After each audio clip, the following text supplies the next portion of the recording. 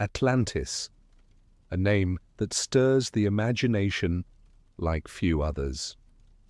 For centuries, poets, philosophers, and dreamers have spoken of its shining temples, its golden streets, and its sudden destruction beneath the sea.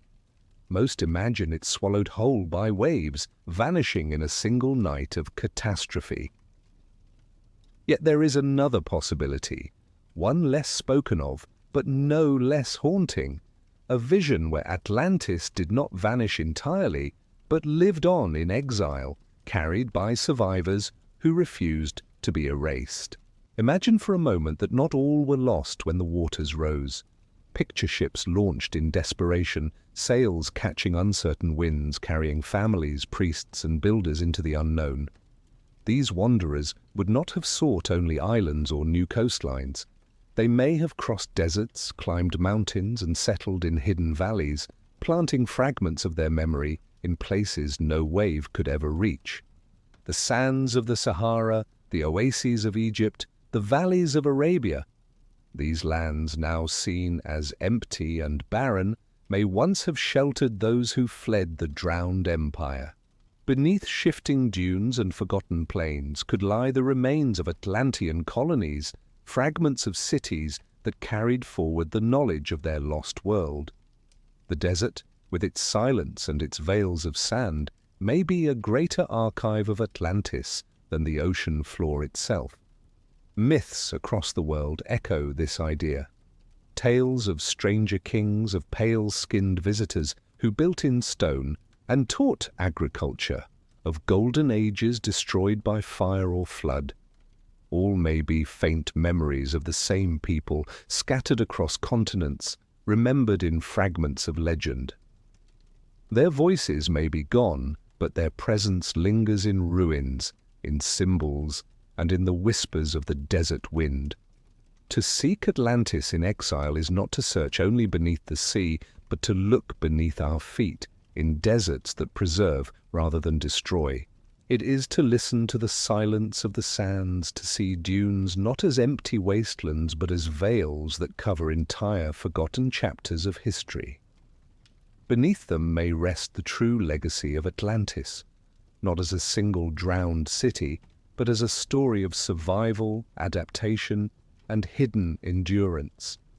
If journeys like this ignite your imagination, remember to subscribe to the channel, give this film a like, and share your thoughts in the comments.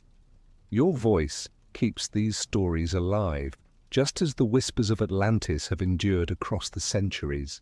When Plato recorded the tale of Atlantis, he gave the world a mystery that has never been silenced.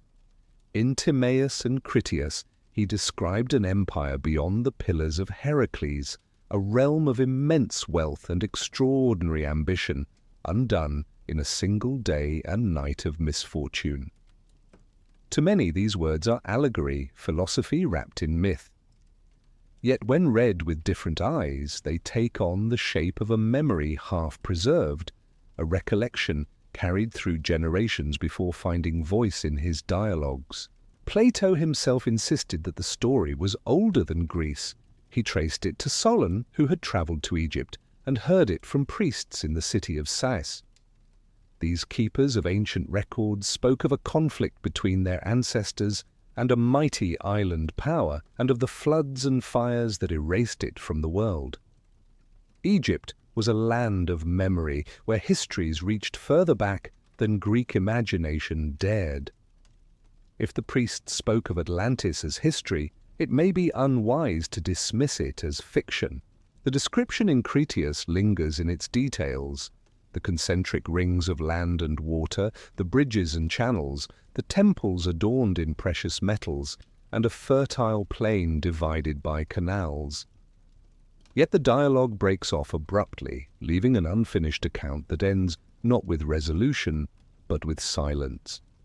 The interruption feels less like accident and more like a door left ajar, as though the story itself was never meant to be complete.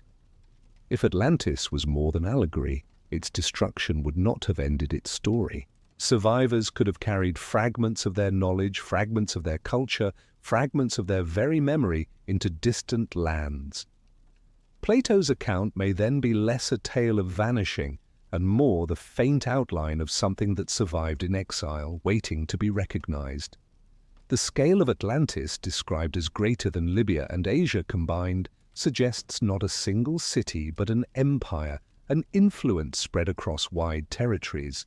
Colonies or outposts may have stretched into regions where deserts later claimed dominion, places far from the sea, yet linked by shared memory. If so, the fall of the island was not the erasure of a people, but the scattering of their seeds. Plato's dialogues have always invited debate, but when treated as memory rather than myth, their power changes. They cease to be only philosophy and become the echo of catastrophe, the whisper of a civilization that fractured and wandered. What remains is the silence between his words, a silence that speaks of journeys unrecorded, of survivors whose footsteps trailed into landscapes not yet explored. It is in those silent spaces that the imagination turns, seeking the paths those survivors might have taken, away from the waves that destroyed their home, and into landscapes where exile could become endurance. Exile often reshapes a people more profoundly than conquest. For those who fled the fall of Atlantis, survival would have demanded new horizons. Their ships may have carried them across the sea, yet safety would not always lie upon distant coasts.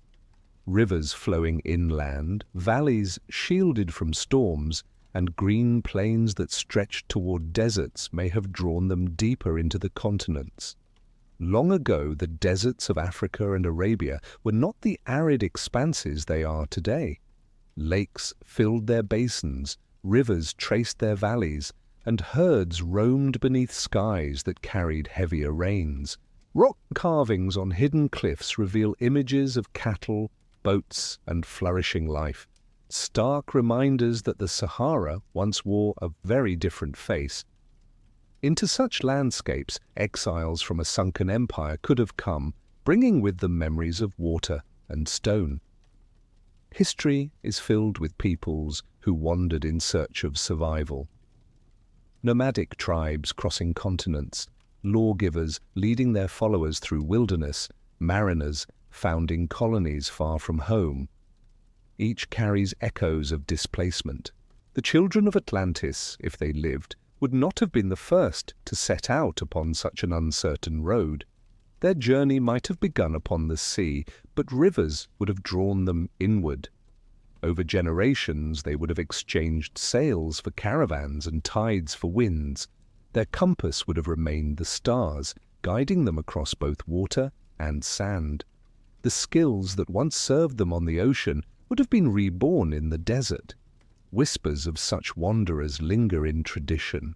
Desert peoples speak of strangers who appeared with sudden knowledge, builders who raised walls, who dug wells where none had stood, who passed on wisdom before vanishing again into silence. These stories are fragments, fragile and elusive, but they suggest that the exile of Atlantis may have left footprints across unfamiliar lands. The transformation from seafarer to desert dweller is less alien than it seems. The desert itself mirrors the sea, dunes rolling like waves, oases shining like islands, caravans moving like fleets across an endless horizon. To those who had once commanded the ocean, this landscape might not have seemed wholly foreign, only a new kind of ocean awaiting mastery. Generations living in such exile would have preserved fragments of their old world. They might have built circular settlements to echo the rings of their lost city, or carved spirals and stars into stone to remind themselves of their drowned home. Memory would have worn new forms, adapting to the desert, but never dying. The vision of Atlantis in exile becomes clearer when one considers this journey, from waves of water to waves of sand, from one kind of sea to another. And in that recognition, the desert itself begins to take on new meaning, a realm not of emptiness but of hidden continuity. To those who wandered it, the desert was never mere wasteland. It was vast, fluid and alive, its dunes shifting and rolling like tides, frozen in slow motion. Travelers spoke of it in the language of the ocean, of waves that moved beneath the wind, of islands of water where life clung, of horizons that deceived the eye with visions of shining lakes. This likeness would have been unmistakable to survivors of a maritime empire. They had once commanded ships across true seas. Now they faced a sea of sand. The skills that had guided them across storms, the reading of stars, the rationing of water, the endurance of emptiness, would guide them here as well. The desert demanded the same vigilance as the ocean, and it punished mistakes with equal severity. Mirages mocked the thirsty as reflections upon waves had once played tricks upon sailors. Winds carved dunes as currents sculpted coasts. The desert was as shifting and treacherous as the sea, a place where routes vanished overnight and only those who read its patterns could endure. Yet the desert was more than danger. It also preserved. Where the ocean scatters and erodes, the desert entombs. Beneath its sands, bodies remain untouched, scrolls lie intact, and stone walls slumber in silence. For refugees who had watched their homeland dissolve beneath the waves, the desert may have seemed a paradoxical sanctuary, harsh in its surface, yet protective beneath. Oases appeared like harbors, granting rest to the weary and hope to the lost. To find one was to find life, just as a sailor might glimpse an island on the horizon.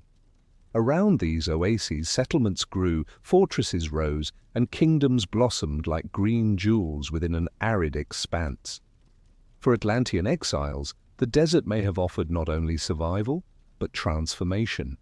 It allowed them to reshape their seafaring legacy into something new, a culture that saw continuity between water and sand, between the drowned world they had left behind and the barren one they now sought to master. The desert, then, was not a place of exile alone, but a mirror. It reflected the ocean they had lost, reminding them of their past, even as it preserved the possibility of a future. And hidden within its folds, beneath dunes and valleys, are the ruins of cities long forgotten, cities that hint that this transformation was not imagined, but lived. Beneath the golden skin of the Sahara lies another world, one of rivers long gone and cities buried under waves of sand. The desert, as we see it today, is only the final mask of a land that once thrived with life. Its silence hides traces of civilizations erased not by conquest, but by time and the relentless advance of aridity. Legends preserved by nomads speak of such places. They tell of Zerzura, a white-walled city concealed in the heart of the desert, filled with treasures and forgotten kings. They whisper of kingdoms where gardens once bloomed, now swallowed whole by dunes. For the desert peoples, these tales are memories as much as myths, fragments of what was lost when the sands claimed dominion. Modern eyes, aided by satellites, confirm what stories have long suggested. Hidden beneath the surface are ghostly channels of ancient rivers, networks that once carried water across the Sahara. Along their paths appear shapes that defy chance, geometric forms, straight lines, circular enclosures. The faint signatures of settlements now invisible from the ground. Explorers who have braved the desert describe remnants of walls and fortresses, their stones eroded but unmistakably crafted. Roads half buried in dunes stretch across valleys where no life remains. These are not the traces of scattered camps, but the bones of organized societies that flourished before the desert sealed their fate. If survivors of Atlantis reached these lands, they would have found them green, alive, and capable of sustaining colonies. Over centuries, as the climate shifted and rains withdrew, these settlements would have been engulfed, their memory preserved only in legend. Water had taken their homeland, sand now consumed their refuge. Yet the desert's silence does not erase all. It entombs rather than destroys. Beneath its vast veil, temples may still stand, scrolls may still rest, and artifacts may still sleep untouched. Each storm that shifts the dunes is capable of exposing fragments of this forgotten world. The buried cities of the Sahara remind us that absence is not always emptiness. Beneath the dunes lies a library written in stone, its pages waiting to be uncovered. If Atlantis in exile ever planted its seeds here, they may still rest beneath the desert's patient shroud, preserved by the very silence that once seemed to erase them. The desert, though vast and unforgiving, has never been empty. Life clings to its hidden arteries, springs and wells rising from unseen aquifers to form oases. These sanctuaries are more than patches of green. They are worlds unto themselves, centers of trade, culture, and survival. For those fleeing catastrophe, they would have been lifelines, the natural places to anchor new beginnings after wandering across the wilderness. Siwa, deep within the Egyptian desert, is one of the most enigmatic of these havens. Nestled between salt lakes and shaded by groves of palms, it became home to the great oracle of Amun, where even Alexander sought divine recognition. Yet its origins stretch further back to a time before the pharaohs left their mark on the Nile. Its stone structures and subterranean springs suggest that knowledge of water management arrived suddenly, as though planted rather than invented. The question lingers whether strangers brought this wisdom, strangers who preserved fragments of a drowned inheritance. The idea of oasis kingdoms seeded by exiles fits the rhythms of survival. Unlike sprawling cities of fertile valleys, oases are compact, defensible, and self-contained. They would have offered ideal refuge for small groups of displaced people who could expand their influence gradually. Each oasis might have become a miniature Atlantis, not in scale but in spirit, carrying forward traditions of architecture, astronomy, and ritual. Legends across North Africa and Arabia tell of stranger kings, rulers who appeared suddenly in the desert, bringing techniques for irrigation, masonry, or governance. They ruled for a time, then vanished, leaving their memory woven into folklore. These figures appear like shadows of lost founders, men whose origins were veiled, yet whose impact was undeniable. To those who inherited their works, the memory remained half sacred, half mysterious. In these sanctuaries, engineering was everything. Underground channels known as fogaras or qanats carried water across distances, a feat of ingenuity that required precise surveying and advanced understanding of geology. The construction of these systems across North Africa and Persia suggests a shared heritage, as though fragments of a single lost science had been transplanted in scattered places. Refugees from a maritime empire, once masters of canals and harbours, would have been well suited to mastering such systems in exile. What makes these oasis settlements remarkable is not only their survival, but their sudden brilliance. Their development often seems abrupt, not gradual, as though entire bodies of knowledge arrived intact. The memory of Atlantis, if it survived, may have done so through these transplanted seeds, flowering in unlikely gardens across the desert. Each oasis kingdom became both refuge and beacon. To passers-by they appeared as islands of abundance in a barren sea. To those who built them, they were more than places of safety. They were living vessels of memory, sanctuaries where fragments of a lost world could endure, hidden from the gaze of empires that rose elsewhere. And while the oases sustained life, the desert itself held formations so vast and strange that they seemed shaped by hands greater than nature's, spiraling into patterns that recalled the geometry of myth.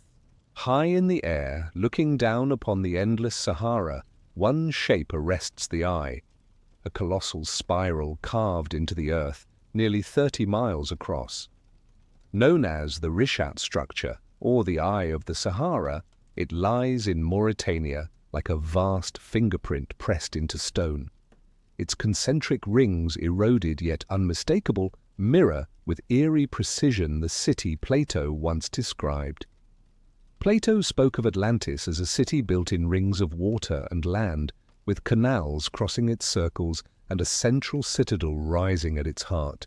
The Eye of the Sahara, though born of geology, resembles this vision so closely that many have wondered whether it served as the foundation for a settlement now erased by time. The resemblance is haunting, circles radiating outward, a plateau at the center, a landscape that once lay fertile before the desert claimed it.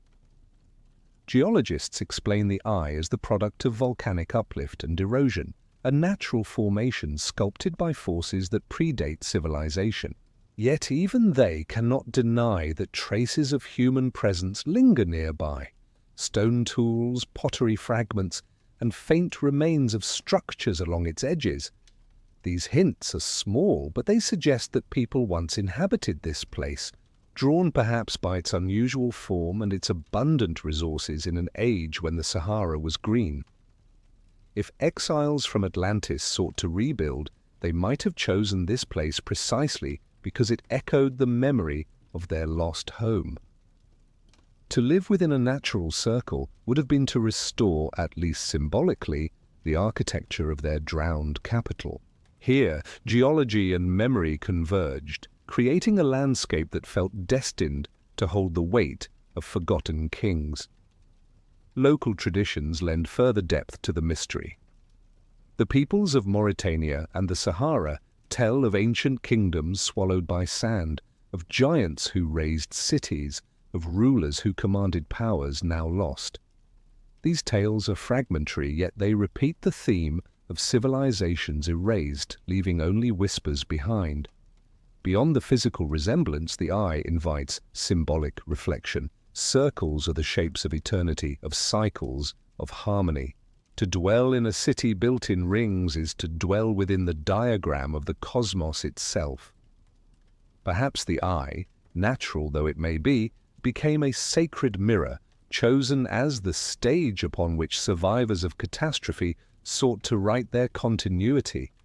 Today, the Eye lies barren, stripped of water and life, yet its form endures. It is as though the desert itself has preserved the outline of a memory, refusing to let it vanish.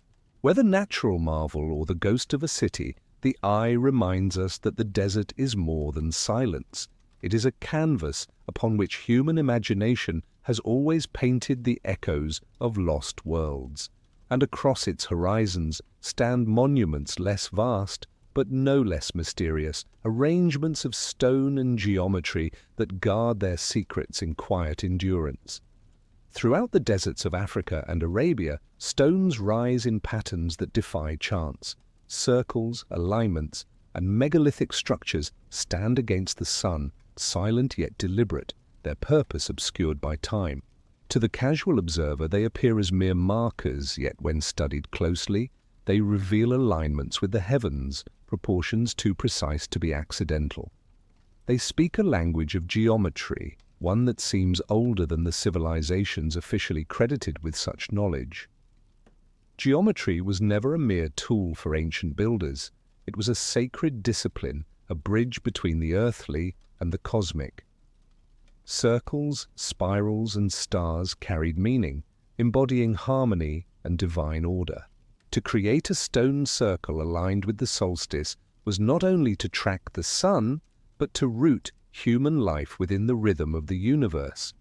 Such ideas could have been among the treasures carried into exile by the refugees of Atlantis, fragments of knowledge that survived the fall of their homeland. In Chad, Mauritania, and Libya, vast stone circles lie scattered across the desert, their scale far exceeding the needs of burial or camp. Many align with celestial events, suggesting astronomical purpose. These echoes are not isolated. They resonate with similar monuments found in distant lands, from Britain to the Americas. Such parallels suggest either remarkable coincidence or a shared memory carried by wandering peoples. The spiral appears often carved upon rocks or etched into desert surfaces.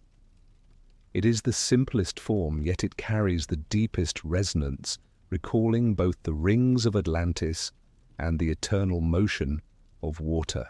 For exiles who had lost their circular city to the sea, carving spirals into stone may have been a way of remembering, of inscribing into permanence what the ocean had erased.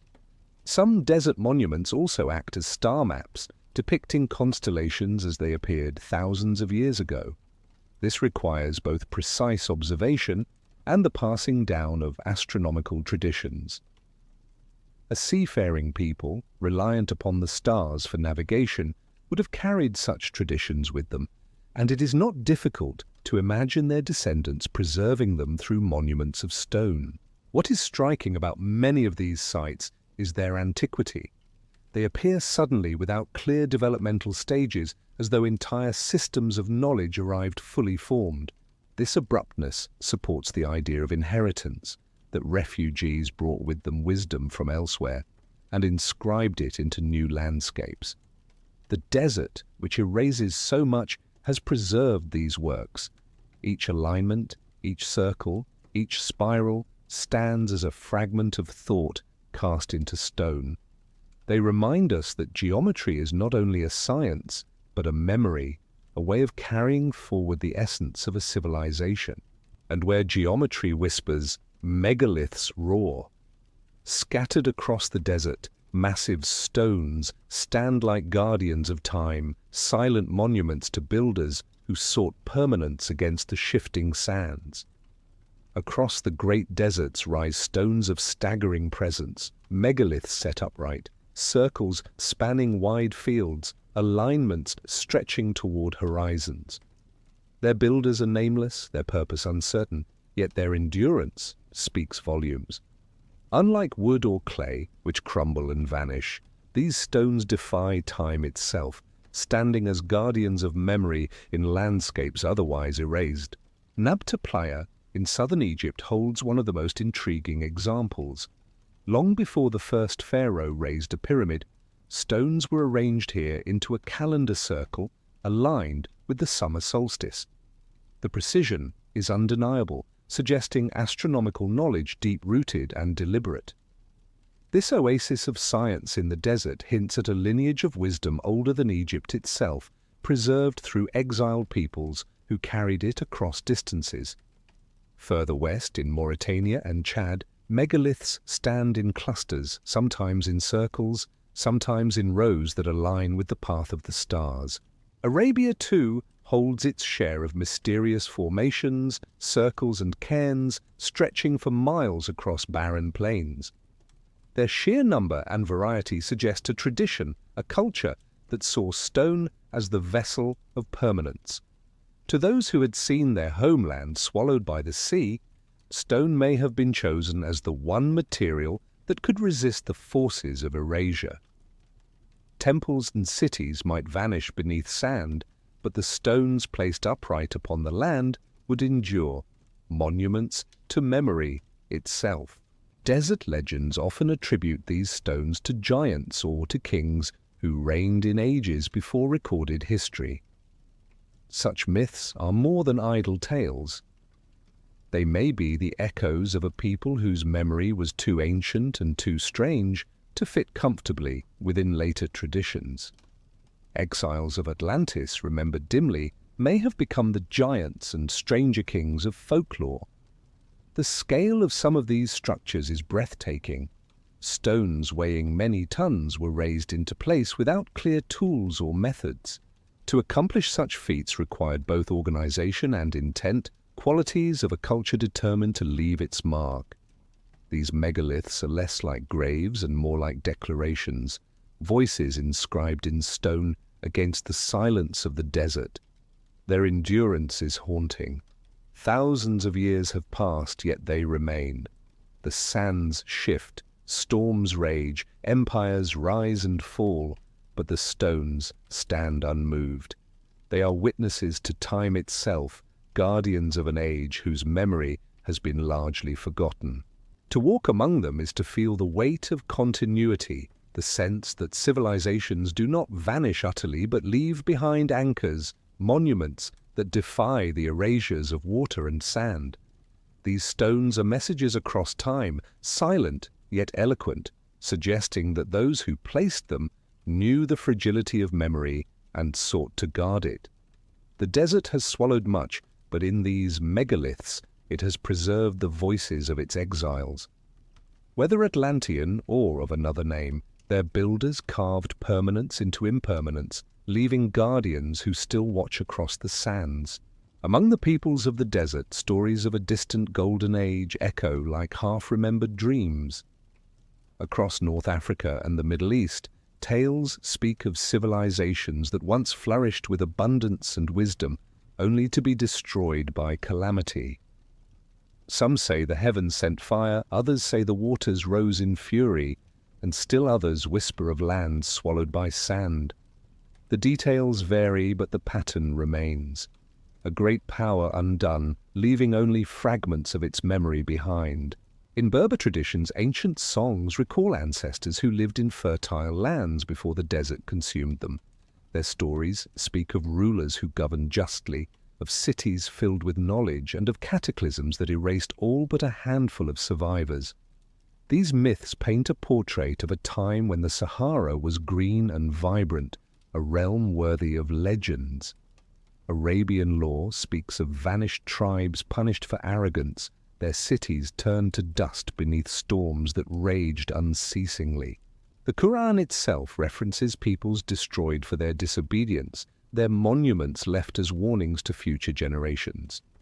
To later storytellers, these fallen kingdoms became symbols of divine judgment, but to earlier ears, they may have been recollections of catastrophes that had erased entire cultures. Among the Tuareg, wandering guardians of the desert, tales persist of strangers who once ruled in ages past. These rulers are often described as possessing unusual wisdom, teaching arts of building and agriculture unknown to local tribes. Some say they came from lands beyond the sea, appearing as if from another world. When their time ended, they disappeared into the sands, leaving only ruins and myths. Such stories have parallels far beyond the desert. In Mesopotamia, traditions of sages who survived a flood and brought wisdom to humankind echo the same themes. In Egypt, the notion of a first time of gods and kings recalls an earlier era when knowledge arrived from beyond. In Greece, Plato's tale of Atlantis mirrors these currents. Each region holds its own fragment, yet all seem to describe a cycle of greatness, destruction, and exile. Myths of the Golden Age often serve as vessels for memory, preserving truths in symbolic language. When the details of history fade, stories carry their essence, reshaping facts into narratives that endure. If Atlantis was real, the myths of the desert may be veiled recollections of its survivors, remembered not as ordinary men and women, but as bringers of lost light. The sands are heavy with such whispers. They speak of a time when the desert itself was not the vast barren ocean we know, but a cradle of life where civilizations thrived and vanished. To listen to these myths is to hear the voice of memory, speaking through allegory, insisting that what was lost was once real, and that its fragments remain hidden beneath the silence. The desert has always been home to nomads, people who move with the rhythm of the seasons, who survive where permanence seems impossible. Yet within their stories are figures who stand apart. Strangers who appeared from distant horizons, men described as rulers, teachers, or kings whose origins were cloaked in mystery.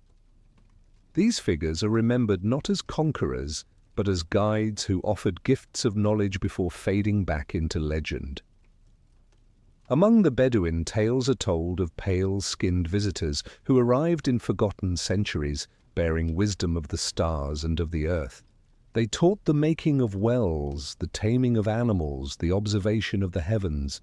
They were remembered with reverence, but also with distance, as if they were never fully of this world.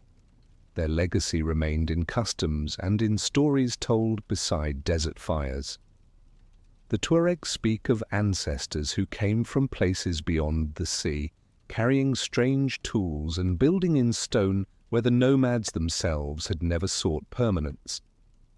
They are sometimes called stranger kings, rulers who governed briefly, establishing laws and sacred rites before vanishing as suddenly as they had come. The memory of their presence lingers not in monuments alone, but in the oral traditions passed down with remarkable consistency. These legends echo the idea of wandering survivors who blended with local peoples. Their distinct appearance and unusual knowledge marked them as outsiders, yet their wisdom gave them authority. Over time, they may have become mythologized, elevated from mere wanderers to semi-divine figures in the memory of those they touched. The desert is a place of silence, yet memory travels with its people. With stories of stranger kings move along caravan routes, passed from one generation to another. They endure not because they are convenient tales, but because they speak to something deeply felt. The sense that the desert once held rulers unlike any seen today, whose origins were beyond ordinary imagination. Archaeological traces add weight to these stories. Across the Sahara and Arabia, ruins of fortresses and settlements appear in places that no nomadic people would have built. They suggest rulers who demanded permanence in a land that resists it, builders who sought to carve stability into shifting sands. Could these have been the works of the stranger kings, their presence immortalized in stone? The legacy of such rulers is not measured only in ruins, but in ideas. Astronomy, geometry, and sacred ritual passed into desert traditions, carrying echoes of a more distant world. To those who lived under their guidance, the memory of such men could not fade. They became part of the desert's mythic fabric, kings whose reigns were brief, but whose memory endures like footprints in the dunes. Egypt is often imagined as the land where Atlantis left its strongest mark. Its pyramids and temples seem to rise out of legend itself, symbols of a wisdom that appeared suddenly and without clear precedent. Yet beyond the Nile Valley, in the vast western desert, lie traces of structures less celebrated, half buried in silence, as if deliberately forgotten. These are places where the sands guard temples that may carry echoes of a different past. Ruins west of the Nile, weathered almost to nothing, speak of stonework older than dynasties. Fragments of walls, eroded columns, and strange enclosures lie scattered across oases and barren plains. Unlike the grand monuments of Giza or Luxor, these sites are shrouded in neglect, their significance uncertain, their origins obscured. They may have been frontier outposts, sanctuaries, or something more, footholds of a people whose presence preceded the known pharaohs. Legends collected from the desert suggest that hidden temples still rest beneath dunes, preserved by the dryness of the land. Stories tell of half-buried pyramids, smaller than those of the Nile but aligned with stars, waiting to be uncovered. Such accounts are often dismissed as fantasy, yet occasional discoveries of forgotten sanctuaries remind us that much still lies hidden beneath the sands. One striking example is the temple at Ammon's oasis, known as Siwa, where Alexander sought legitimacy. Here, architecture mingles with myth as if the site itself carried a weight far older than its inscriptions. Could such sanctuaries have been places where exiles of Atlantis established footholds, preserving fragments of their knowledge in stone before vanishing? The Egyptian desert has yielded strange anomalies. Weathered pyramidal forms, structures aligned with cardinal points, underground passages whose purpose remains unclear. Each fragment suggests that Egypt's story extends beyond the Nile into regions where official histories fall silent. What unites these hidden places is their atmosphere of deliberate concealment. They are not monuments built to be admired from afar, but sanctuaries tucked away as though their builders sought secrecy rather than glory. This secrecy fits the pattern of a people in exile, guarding their knowledge, preserving it not for all, but for those worthy to discover it.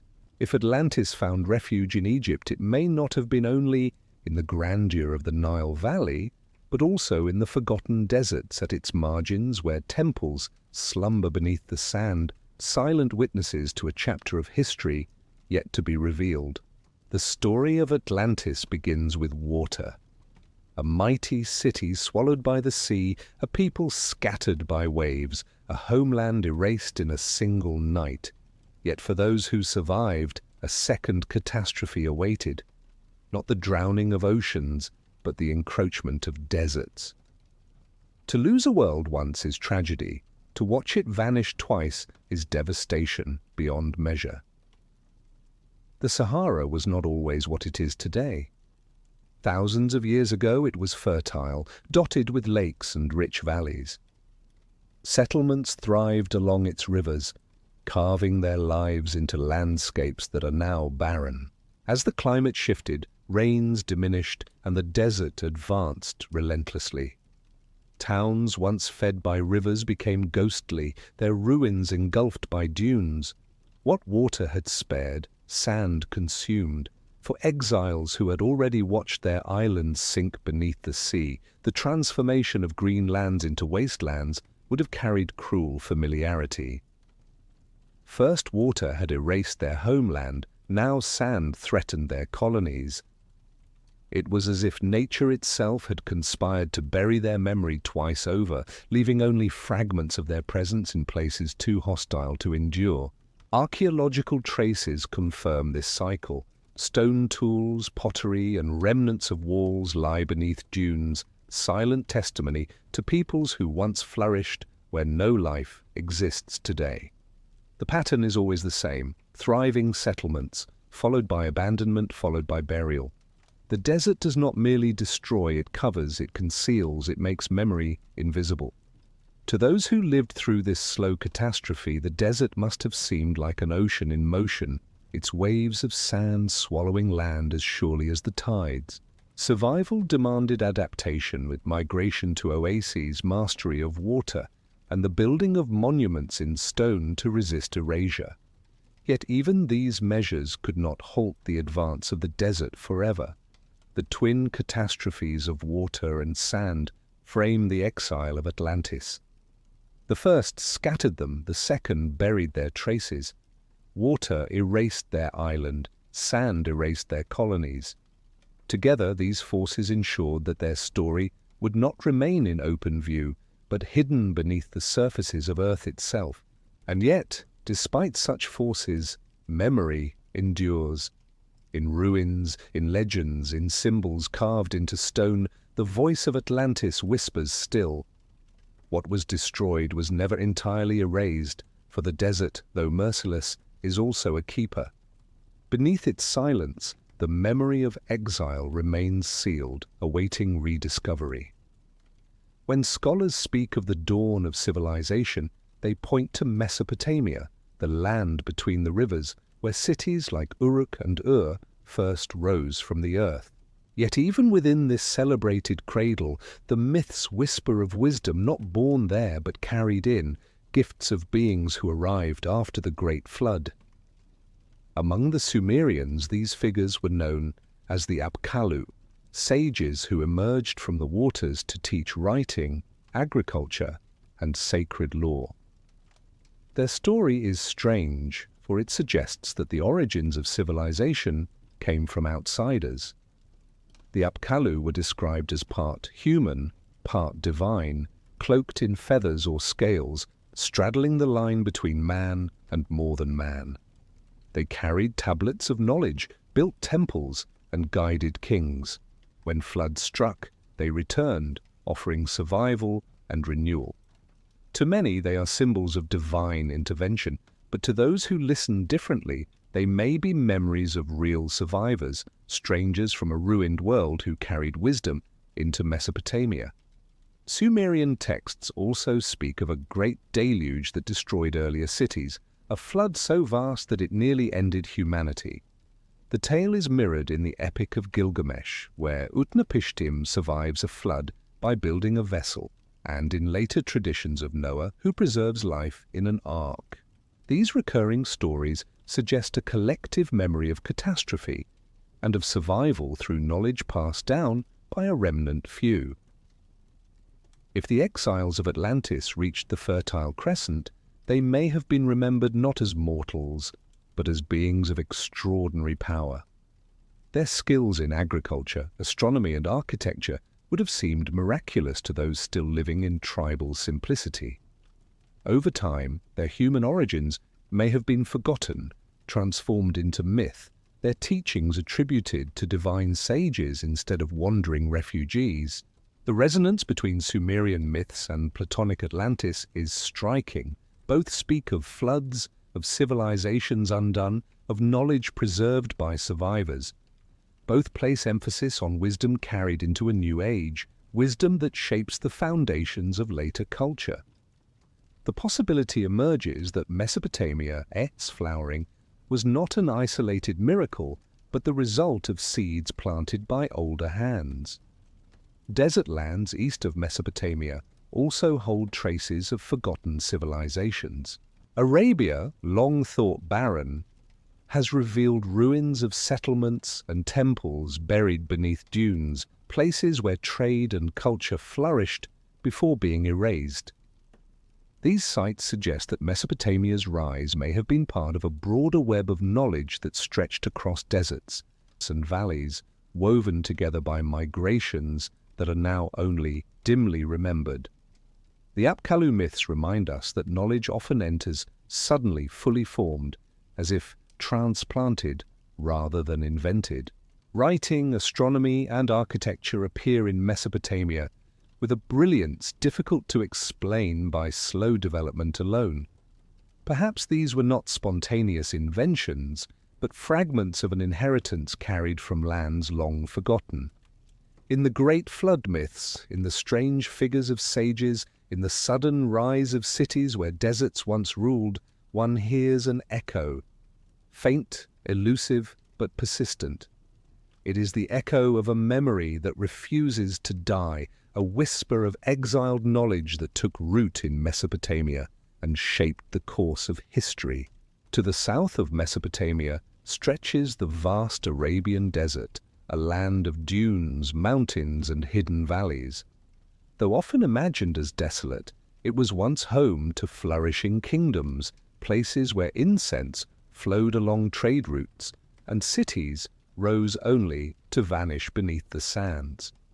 Arabia's forgotten realms speak of brilliance followed by erasure, civilizations hidden in shadow, their memory lingering in myth.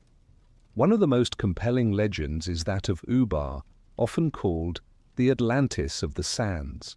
Known from Bedouin tradition and mentioned in the Quran as Iram, the city of pillars, Ubar was said to have been a hub of wealth and arrogance.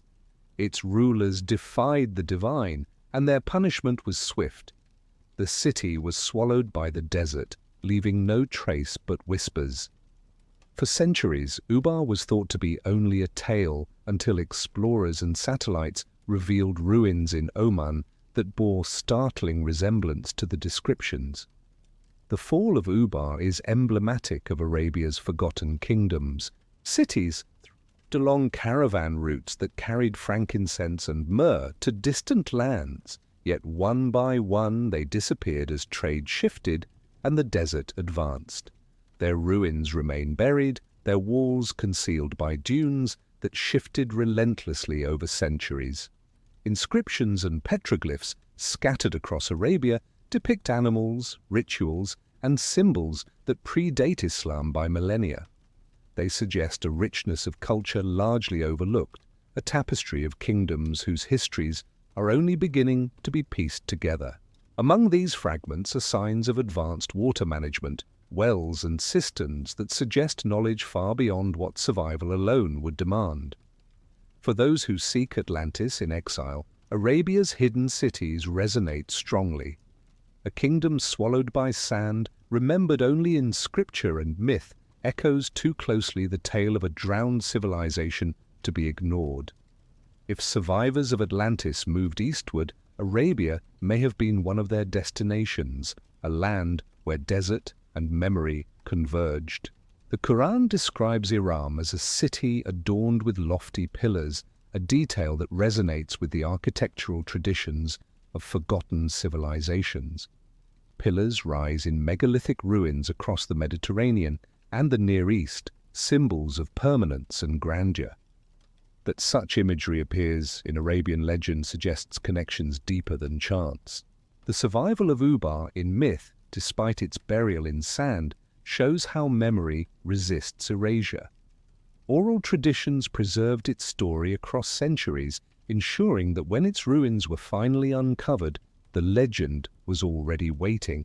Such persistence mirrors the story of Atlantis itself, suggesting that myths endure not because they are fanciful, but because they contain truths too important to vanish. Arabia's kingdoms remain kingdoms in shadow, still yielding their secrets to modern discovery. Yet their legends of cities swallowed by deserts stand as reminders that catastrophe is never confined to one land. The story of Atlantis may not only belong to the sea, but also to the sands that cover Arabia's forgotten realms. Across deserts and arid lands, one encounters ingenious systems designed to capture, store, and distribute water. These are not the crude improvisations of survival, but the marks of advanced engineering, precise and enduring. From underground canals in Persia to vast cisterns in North Africa, the legacy of water mastery seems to appear suddenly, as though transplanted from elsewhere. To some, these are the fingerprints of Atlantean exiles who once commanded oceans and rivers and now turned their mastery to desert survival. The Qanats of Persia are among the most remarkable examples. These underground channels, dug with astonishing precision, carry water across great distances protected from evaporation by the desert sun. Their construction demands not only labor, but mathematical skill, surveying, and long-term vision. Similar systems appear in North Africa, where fogaras carved beneath the earth bring life to oases. Such technology does not arise overnight. It suggests inheritance from traditions already refined. In Egypt's western desert, wells and underground reservoirs speak of knowledge beyond the needs of scattered nomads. These systems sustain not only travelers but settlements that flourished where surface water was absent. The builders of these systems understood geology intimately, knowing how to tap hidden aquifers and maintain flow over centuries. Their ingenuity feels less like invention and more like memory preserved. The mastery of water is perhaps the strongest link between Atlantis and its possible colonies.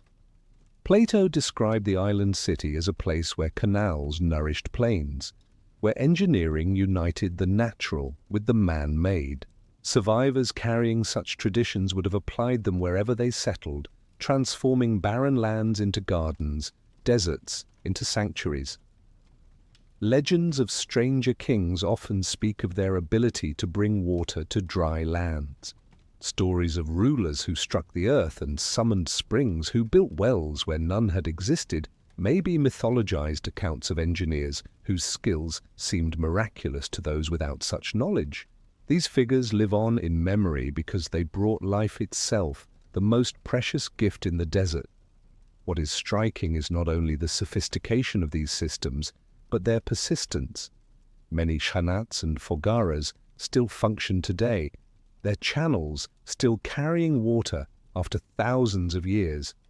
They stand as living monuments to knowledge that was both practical and profound, knowledge that turned survival into abundance. To those who see in these works the hand of Atlantean exiles, the logic is compelling. A people who once ruled oceans would naturally excel at managing water, at bending it to human need. Their legacy, transplanted into deserts, would ensure their survival and mark their presence in ways that endure even now. The water systems of the desert remind us that survival is not only about endurance, but about transformation. By mastering the hidden rivers beneath the sands, exiles may have preserved their inheritance, ensuring that even in exile, the spirit of Atlantis lived on in stone and flowing water. Across the deserts, etched into rock and scattered upon stone, lie markings whose meanings remain elusive. Petroglyphs of spirals, concentric circles, and celestial diagrams stretch across cliffs and boulders, inscriptions that seem to speak a language long forgotten. While many cultures carved their lives into stone, the patterns found in desert regions often reach beyond daily survival, suggesting symbols of memory, cosmology, and legacy. The spiral is among the most recurring of these marks. It appears in rock carvings from North Africa to Arabia, echoing the circular design of Atlantis itself. To carve a spiral is to capture motion and eternity, to preserve the idea of cycles and return. For exiles remembering a drowned homeland built in rings, the spiral may have been a way of carrying the image of their lost city across the ages. Concentric circles appear with equal frequency. These are not random scratches, but deliberate forms, repeated with reverence, as though they embodied something sacred. Some align with star constellations, others with water sources, as if the builders sought to connect earth and sky through geometry. Such images may be remnants of a symbolic language once shared by a people who understood themselves as part of a cosmic order. Star maps carved into stone hint at an advanced understanding of the heavens. Constellations depicted as they appeared thousands of years ago suggest long traditions of observation. Such knowledge could not have been invented by isolated tribes alone.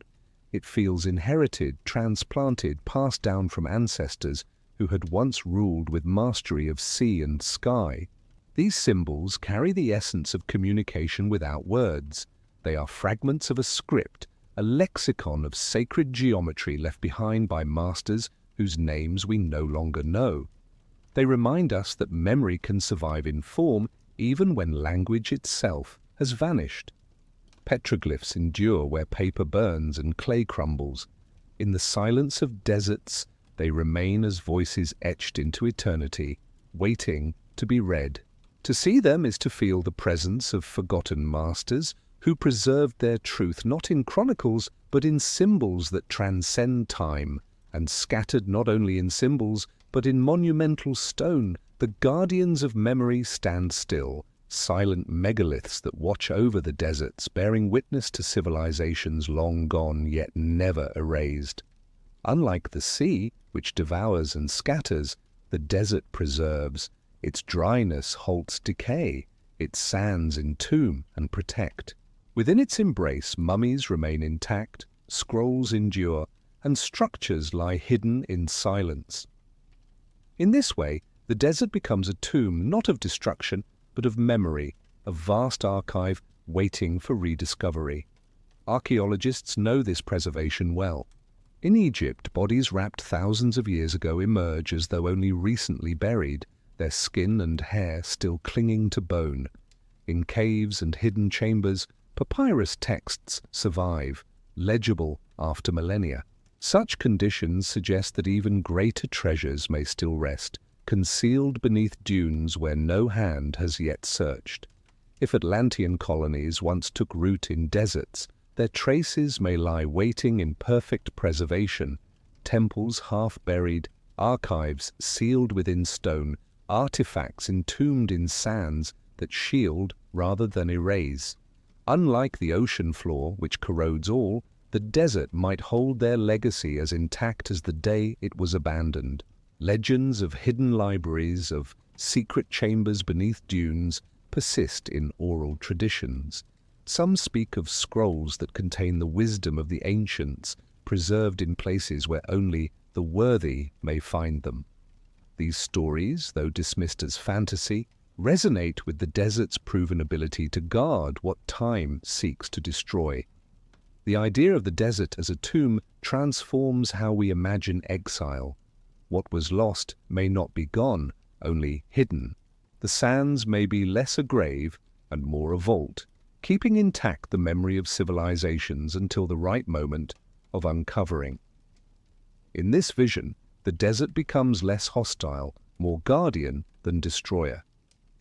Its silence is not absence, but protection. Beneath its stillness, the story of Atlantis may still sleep, waiting to be awakened by those who dare to listen. And as civilizations rise and fall, the cycle of memory repeats, each era preserving fragments of the one before until the whispers of exile weave themselves into the eternal rhythm of rebirth. History is not a straight line, but a circle. Civilizations rise, flourish, collapse, and then return in new forms, carrying fragments of what came before. The story of Atlantis fits this rhythm not as a single tragedy, but as part of an eternal cycle where destruction gives way to survival, and survival plants the seeds of renewal. Atlantis may have fallen into the sea, yet its people carried fragments of their wisdom into deserts and valleys, planting them like seeds in foreign soil. From these fragments rose new civilizations: Egypt, Mesopotamia, Arabia, each carrying echoes of what was lost, each expressing it in their own way. The cycle of decline and rebirth ensured that the essence endured even when the form was erased. This cycle is seen across the world. Myths of floods, fires, and destructions appear everywhere, always followed by tales of renewal. Survivors bring knowledge, rebuild, and reshape as if the memory of catastrophe itself fuels the birth of new orders. Atlantis, in this sense, is not an isolated story, but a universal rhythm of history. The exiled colonies beneath the sands may have been stepping stones in this great cycle. Their settlements, though swallowed by desert, passed fragments forward. Techniques of water mastery, sacred geometry, myths of stranger kings. These fragments became foundations for new cultures, ensuring that the spirit of Atlantis did not perish with its homeland. Civilizations are fragile, yet memory is resilient. Though cities crumble, though sands shift, the cycle continues. The eternal return ensures that what is lost is never fully erased, only transformed, awaiting recognition by those who come after. And within this grand pattern lies the deepest truth, that Atlantis never vanished. It changed, it adapted, and it carried its light into new lands where it could endure, even in exile. The legend of Atlantis has long been imagined as a single drowning, a city swallowed by the ocean and gone forever. Yet when seen through the lens of exile, the story expands. Atlantis did not vanish, it scattered. Its survivors walked across deserts, raised oases into kingdoms, carved spirals into stone, and mastered hidden rivers beneath the sands. They became stranger kings, builders of forgotten geometry, and guardians of deep time. The ocean buried their homeland, the desert buried their colonies, yet memory refused to die. Myths of golden ages, tales of vanished kingdoms, symbols carved into stone, all carry fragments of their legacy. Atlantis is not only beneath the waves, it is beneath the sand, beneath our feet, hidden in forgotten cities, and in the stories we tell without knowing their true source.